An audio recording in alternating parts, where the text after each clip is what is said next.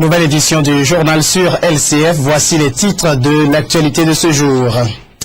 Enfin, la fumée blanche se fait voir dans les discussions entre pouvoir et opposition à Lomé sous l'égide de Monseigneur Nicodème Bariga. Un accord a été trouvé sur certaines questions. Les élections sont repoussées de 4 jours, un délai que l'opposition n'accepte pas.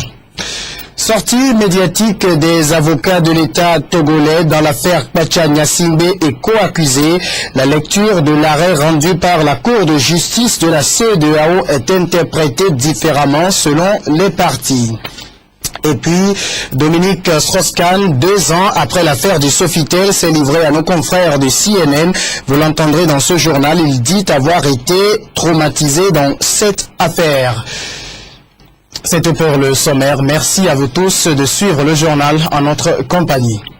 Ce n'est plus le 21 juillet, mais le 25 que les élections législatives auront lieu au Togo. C'est du moins ce qu'a laissé entendre un communiqué du gouvernement ce mardi. Ce délai de 4 jours supplémentaires est le résultat des discussions qui ont lieu entre le gouvernement et l'opposition représentée par le collectif Sauvons le Togo et la coalition Arc-en-Ciel, des discussions menées sous la médiation de Monseigneur Nicodème Bariga Bénissant et de l'ambassadeur des États-Unis au Togo, Ugatiko.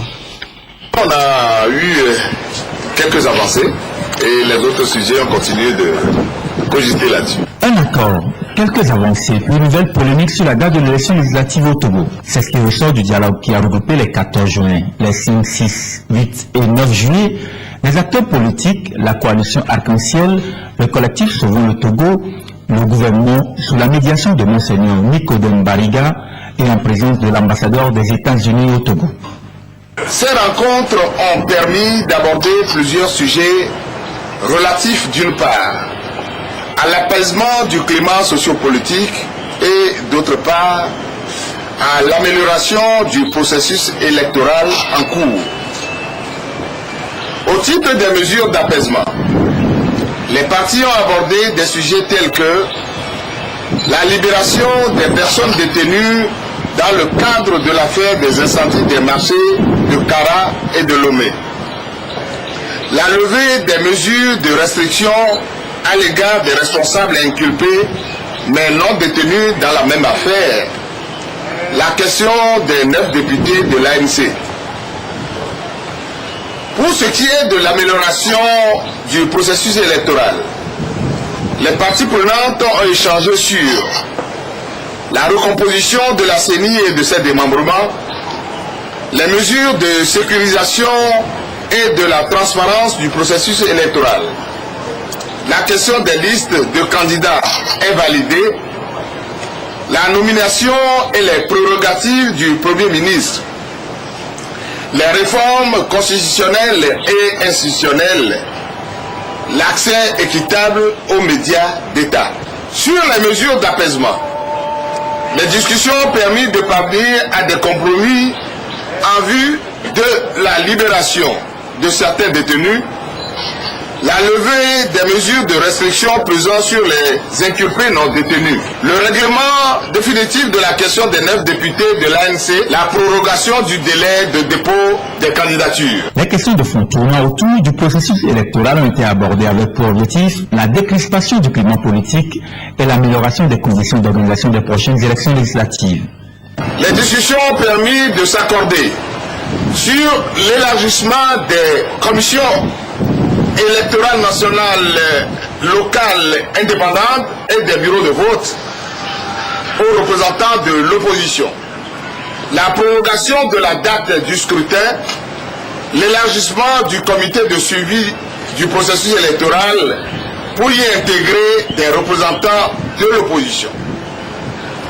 En ce qui concerne la nomination et les prérogatives du Premier ministre, les représentants du gouvernement ont assuré que le président de la République, en sa qualité de garant de la Constitution, respectera celle-ci. Il attend alors aux élections législatives le 25 juillet prochain, comme le stipule le communiqué du gouvernement. Pour l'heure, l'interrogation demeure et le dialogue permanent se poursuit. Et si cette nouvelle date est acceptée par tous, c'est donc le 25 juillet que les électeurs vont être convoqués aux urnes pour les élections législatives. Ce nouveau report de 4 jours ne perturbe en rien la campagne électorale qui, elle, a débuté depuis le samedi dernier. Les partis politiques, les regroupements de partis politiques et les candidats indépendants sont toujours à l'assaut de l'électorat. C'est le cas de l'Union pour la République de la préfecture de Zion. Les candidats de l'UNIR dans cette localité étaient avec le public à Batopé. Ils ont exposé leur projet de développement en ce qui concerne ce milieu avant d'inviter chacun à voter UNIR. Apolline Abaki. Cette population de Batopé dans la préfecture de Zion est venue écouter le message des candidats de UNIR. Après un accueil chaleureux et empreint de danse du terroir, l'heure est à l'écoute. Les différents candidats se succèdent pour délivrer leur message. Message essentiellement basé sur l'espoir. Pour eux, voter UNIR, c'est voter pour le développement intégral de la préfecture de Zion. 2013, c'est une nouvelle année, une année de victoire pour Zion. Surtout que le fait tombe sur nous pour nous battre pour un vrai changement. UNIR, c'est un pas de changement, c'est un pas de développement.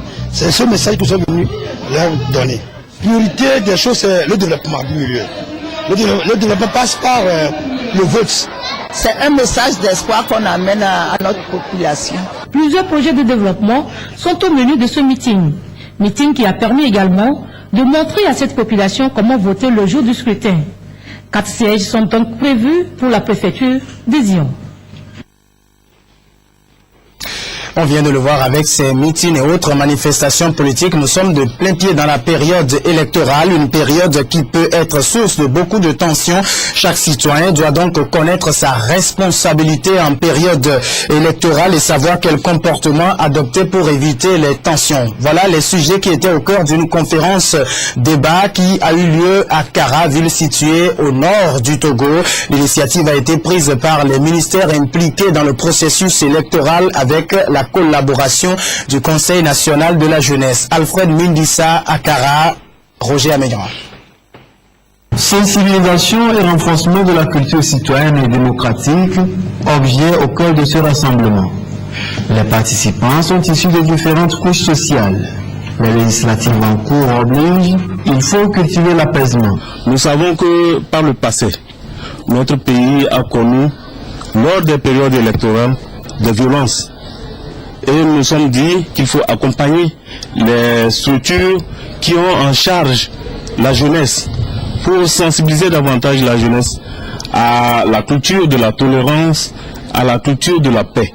Pour y arriver, les 3 principales communications à l'ordre du jour ont eu trait à l'importance des législatives, à la responsabilité de chaque citoyen et aux voies de recours en cas de polémique autour du scrutin. Il s'agit un peu de partager ces informations avec les participants et en même temps en retour répondre à un certain nombre de préoccupations de façon à ce qu'ils s'approprient davantage le processus électoral et insister sur la nécessité que chaque acteur fasse en sorte que les élections se passent dans un climat apaisé. À la sortie, les participants ont su tirer les leçons. Il ne faut pas agir sous l'influence d'une manipulation et notamment d'une manipulation financière. Parce que là, nous ne sommes pas en train de former des citoyens, mais nous sommes en train de former des mendiants, des futurs mendiants. C'est pour cela que j'apprécie à juste titre ces thèmes qui ont été développés. Personnellement, j'ai été très contente pour cette formation et je voudrais que, dorénavant, que ces formations aussi nous viennent surtout à Kara ici pour que nous puissions effectivement connaître ce que c'est que le droit de l'homme. La mise en œuvre des enseignements reçus permettra, selon les organisateurs, de passer une période électorale sans heurts. Justice à présent avec l'affaire Pachania Singbe et co-accusé dans cette affaire d'atteinte à la sûreté de l'État. La Cour de justice de la CEDEAO a rendu son arrêt le 3 juillet dernier, un arrêt sujet à diverses interprétations. Le 4 juillet, les avocats de Pachania Singbe et co-accusé étaient face à la presse pour livrer leur lecture de cet arrêt rendu par la Cour de la CEDEAO. Selon eux, les dispositions de l'arrêt sont très claires, les détenus doivent être libérés. Faux, retorquent aujourd'hui les avocats de l'État togolais qui étaient également face à la presse ce mercredi. Pour eux, l'arrêt de la Cour de justice de la CEDEAO n'ordonne nullement la libération des détenus. Au contraire, l'arrêt justifie leur maintien en détention. Radjoul Mohamadou. Pour le trio d'avocats mandatés par l'État togolais dans l'affaire Pachanya-Singbe, l'objectif de cette conférence de presse est double. Livrer leurs commentaires de l'arrêt rendu par la Cour de justice de la CEDEAO le 3 juillet dernier et situer l'opinion sur la compétence même de cette juridiction afin d'éviter toute polémique stérile. Nous attendions à voir le document complet pour commenter la décision, mais nous nous sommes rendus compte que beaucoup d'interprétations, beaucoup d'informations sont allées très vite dans la presse écrite et audiovisuelle. Nous avons entendu dire par exemple que la Cour a ordonné la libération et que l'État refuse toujours à libérer les gens. La Cour de justice de la CEDEAO, juge des droits humains, n'est pas compétente pour juger à nouveau ce qu'il est déjà ou ce qui a été déjà jugé devant les juridictions nationales. Sur foi du libellé formalisé du dispositif de l'arrêt rendu par la Cour de justice de la CEDEAO, la partie civile estime que la partie adverse est trop vite partie en besogne. En effet, lors d'une sortie médiatique le 4 juillet dernier, les avocats de Pachanya-Singbe avaient exigé la mise en liberté de leurs clients et des autres condamnés. En fait, ces deux lectures opposées du même arrêt par les deux parties est due aux dispositions 6 et 11 qui prêtent à contradiction. Si la Cour avait envie de dire libérer les gens, elle aurait dit, puisqu'elle a dit plus tard, dit n'y avoir pas lieu à ordonner leur libération. Donc l'intention de la Cour est claire. Maintenant, la polémique vient de l'interprétation des uns qui veut que, puisqu'on a dit qu'il y a eu procès équitable, il faudrait reprendre le procès, ou bien lorsqu'on a dit le Togo doit prendre des mesures, les mesures à prendre, ça ne peut être que la libération. C'est une interprétation de leur part. Nous disons que cette interprétation-là, elle est erronée. Sur le fond, rien de nouveau n'est apparu. L'arrêt rendu par la Cour de justice sous-régionale stipule que l'immunité parlementaire de Pachanya-Singbe n'a pas été violée, mais confirme par contre que les actes de torture constatés par la Commission nationale des droits de l'homme, CNDH, sont avérés et ordonnent en compensation à l'État togolais de payer des réparations. En réparation des dommages respectifs subis et en dommages-intérêts, toutes causes confondues. D'abord, la somme de 20 millions de francs CFA à chacun des requérants, victimes des actes de torture, et enfin, celle de 3 millions de francs CFA aux autres requérants n'ayant pas subi des actes de torture. L'affaire Pachanya-Singbe continue de faire couler beaucoup de salive et d'encre. Ce matin encore, plusieurs journaux ont titré sur l'arrêt de la Cour de justice de la CEDEAO. Les commentaires vont bon train et la polémique n'est pas prête de se dégonfler. Justice encore, mais en France, cette fois, l'affaire Bernard Tapie semble évoluer dans un sens défavorable pour l'homme d'affaires. La justice l'a dans un premier temps mise en examen pour escroquerie en bande organisée. Eh bien, aujourd'hui, cette même justice décide de confisquer une partie de ses biens, hôtels, châteaux, comptes bancaires, assurances. C'est dire que les preuves qui pèsent contre l'ancien patron d'Adidas sont extrêmement lourdes. Bernard Tapie, frappé au portefeuille. Les juges ont ordonné la saisie de plusieurs de ses biens. En premier lieu, l'hôtel particulier de la rue des Saints-Pères. Ses parts dans cet immeuble parisien dépassent les 69 millions d'euros. Autre bien sous séquestre, sa villa à Saint-Tropez, valeur 48 millions d'euros. 2 assurances vie pour un montant de 20 millions d'euros et 6 comptes bancaires sont dans le collimateur des juges. Enfin, les magistrats ont demandé la saisie des parts de l'homme d'affaires dans plusieurs journaux. Il ne va pas être mis dehors, il ne va pas être à la rue, on ne va pas le priver de ses ressources. Pour l'instant, il est interdit en quelque sorte de revendre ses avoirs, de s'en débarrasser, de toucher l'argent qu'il pourrait toucher de ses biens. Ni Bernard Tapie ni ses avocats n'ont souhaité pour l'instant réagir. Mais déjà, il y a des jours, l'ancien président de l'OM offrait aux juges ses gages. Tellement je suis certain qu'il n'y a pas eu de magouille, j'ai proposé de donner l'ensemble des actions de toutes les holdings en garantie avec caution et des holdings et de moi-même. Pour cet avocat fiscaliste, ces premières saisies sont en tout cas un signe fort envoyé par les juges. Pour Bernard Tapie, les magistrats ont voulu, à mon avis, rappeler à l'opinion publique que la loi s'applique à tout le monde, y compris à M. Bernard Tapie, et ils ont voulu faire de ce rappel un exemple. Les juges pourront-ils procéder à d'autres saisies? Bernard Tapie a pris soin de placer beaucoup de biens au nom de sa femme et ses enfants. Il a abrité le reste de sa fortune dans plusieurs pays étrangers. Son jet est enregistré à Malte et son yacht bat pavillon de l'île de Man. Toujours en France, les soldats du feu étaient en action aujourd'hui pour éteindre l'incendie de l'hôtel Lambert, un joyau du patrimoine culturel français parti en fumée. L'édifice avait été racheté par la famille de l'émir du Qatar. C'est un joyau de l'île Saint-Louis qui part en fumée. En plein cœur de la nuit, l'incendie s'est déclaré au sommet de l'hôtel particulier Lambert, un bâtiment du XVIIe siècle à la structure fragile. Pour maîtriser l'incendie, les pompiers sont obligés d'ouvrir de nouvelles brèches dans le toit. Pour pouvoir l'atteindre, nous sommes obligés de débarder, comme on dit dans notre jargon, c'est-à-dire de pratiquer des ouvertures dans la toiture pour pouvoir attaquer l'incendie qui se développe dans ce volume et empêcher les éventuelles propagations aux immeubles juxtants. Des heures de lutte pour éviter au maximum que le feu ne se propage aux étages inférieurs. Plan du bâtiment, photos, tout est minutieusement étudié, car à l'intérieur, l'escalier et les plafonds se sont en partie effondrés. Pour les riverains, cet incendie est une tragédie. On voit les pompiers qui sont en train de démolir le toit, enfin c'est vraiment à pleurer quoi. Ça a venu d'être refait dans les règles de l'art, et puis il y a tout l'intérieur avec des fresques historiques, on sait pas, ça doit être démoli quoi, c'est vraiment à pleurer. Ce monument classé avait été racheté en 2007 par le frère de l'émir du Qatar. Il était en pleine restauration. À l'intérieur, des fresques, des peintures au plafond. Les travaux étaient presque terminés, il va falloir tout reprendre à zéro. Je serai exigeant pour veiller à ce que les nouveaux travaux respectent strictement ce lieu et son histoire. Le feu est maintenant maîtrisé, mais les dégâts causés par l'incendie seront considérables.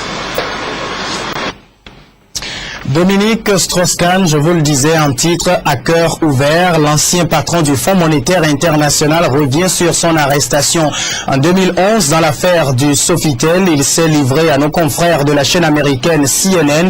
Il fustige la justice américaine et dit avoir été traumatisé dans cette affaire. Ces images restent le pire souvenir pour Dominique Strauss-Kahn. Sa sortie du commissariat le soir de son arrestation sous les caméras du monde entier. C'est ce qui ressort entre autres de l'interview exclusive que l'ancien directeur du FMI a accordé 2 ans après les faits à CNN.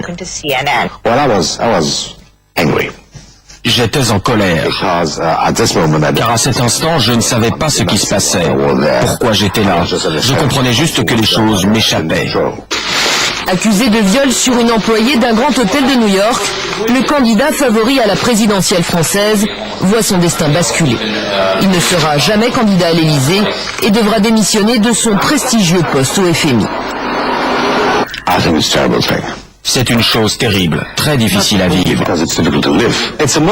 Le problème, c'est qu'aux yeux de la société européenne et américaine, vous êtes supposé être innocent jusqu'à ce que vous soyez jugé coupable. Ce qui se passe, c'est que vous êtes montré au monde entier comme si vous étiez un criminel, à un moment où personne ne sait si c'est vrai ou pas. Peut-être que vous êtes un criminel, peut-être que vous ne l'êtes pas, on ne le saura qu'après. Donc c'est injuste d'exposer les gens ainsi à la face du monde quand on ne sait pas ce qu'ils ont fait. Après 18 mois de procédure, un accord financier à l'amiable est trouvé avec son accusatrice, après que le parquet de New York a remis en cause la crédibilité de la jeune femme. DSK n'en a pas pour autant complètement terminé avec la justice. Dans les prochains jours, on devrait connaître les suites de sa mise en examen dans l'affaire de proxénétisme du Carlton de Lille. En juin dernier, le parquet a requis un non-lieu. Le sud-ouest de la Chine en proie à de terribles inondations consécutives au déluge qui touche la province de Sichuan depuis quelques jours. Rien ne résiste à ces eaux, vous allez le voir. Maisons, ponts, plus de 17 000 familles ont été touchées. Elles tombent comme des châteaux de cartes. Les unes après les autres, les maisons de la ville de Deyang s'effondrent, frappées par la puissance des eaux. Depuis lundi, des pluies torrentielles sont tombées sur le Sichuan, province du sud chinois, gonflant plusieurs rivières et provoquant une marée extraordinaire qui ravage tout sur son passage. Le niveau de l'eau est si élevé que les véhicules, les chariots élévateurs, tout a été balayé.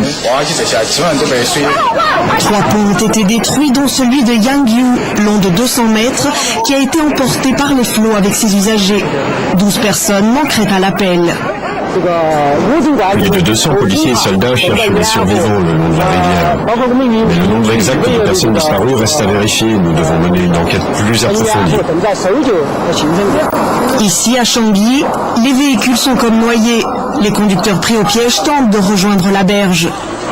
De nombreux soldats et policiers ont été envoyés au secours des populations, réfugiées le plus souvent sur les toits. Selon les autorités de la province, plus de 36 000 personnes ont déjà été évacuées. 40 personnes auraient été ensevelies sous un glissement de terrain à Zhongsing. Le bilan humain de ces terribles inondations peut néanmoins encore évoluer. C'est la fin de ce journal.